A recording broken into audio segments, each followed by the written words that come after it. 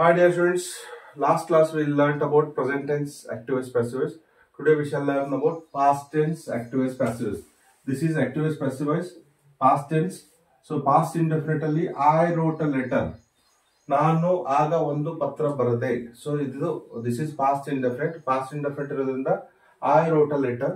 So right ಇದ್ದಿದ್ದು wrote verb to ಬರಬೇಕು. So ನಾನು ಒಂದು ಪತ್ರ ಬರೆದೆ. ಒಂದು ಪತ್ರವು ನನ್ನಿಂದ ಆಗ ಬರೆಯಲ್ಪಟ್ಟಿತು.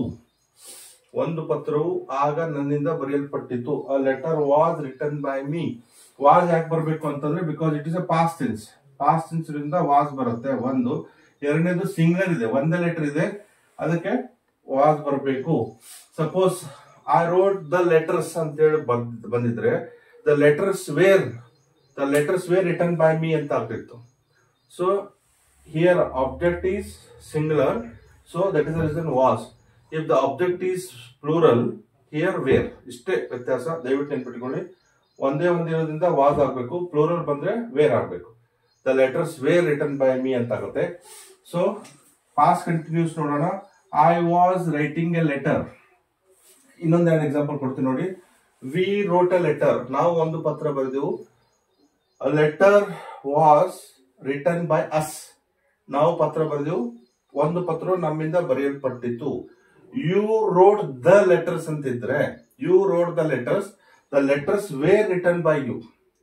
ವೇರ್ ಯಾಕೆ ಬಂತು ಅನ್ನೋದು ಗೊತ್ತಾಗ್ತಾ ಇದೆ. ವೇರ್ ಅಂದ್ರೆ plural. So of course R is present tense, were is plural. where is past tense. So he wrote a letter. A letter was written by him. She sang a song. A song was sung by her. Okay. It drank milk. Milk was drank by it. Okay. So they played football. Football was played by them. So ಅದೇ ರೀತಿ I was writing a letter. ನಾನು ಒಂದು ಆಗ ಪತ್ರ ಬರೆಯುತ್ತಾ ಇದ್ದೆ, ಅಥವಾ ನಾನು ಆಗ ಒಂದು ಪತ್ರ ಬರೆಯುತ್ತಾ ಇದ್ದೆ. A letter was being written by me. ಒಂದು ಪತ್ರವು ಆಗ ನನ್ನಿಂದ ಬರೆಯಲ್ಪಡುತ್ತಾ ಇತ್ತು.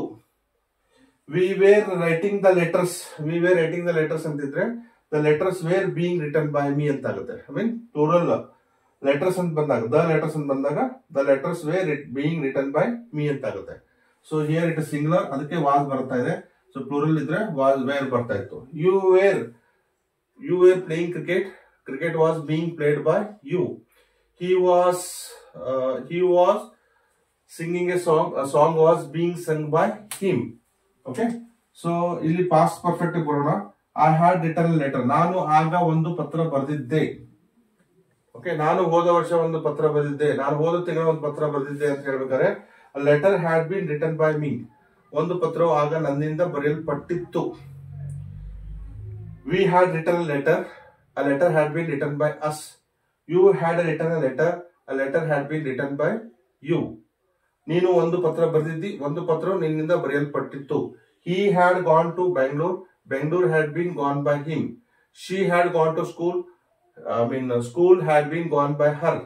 Okay. It had drunk milk. Milk had been drunk by it. So, my dear students, this is past tense examples. I hope you have understood about active passive voice. If you have any doubts, please you can call me. My number is 7760010998. Thank you very much.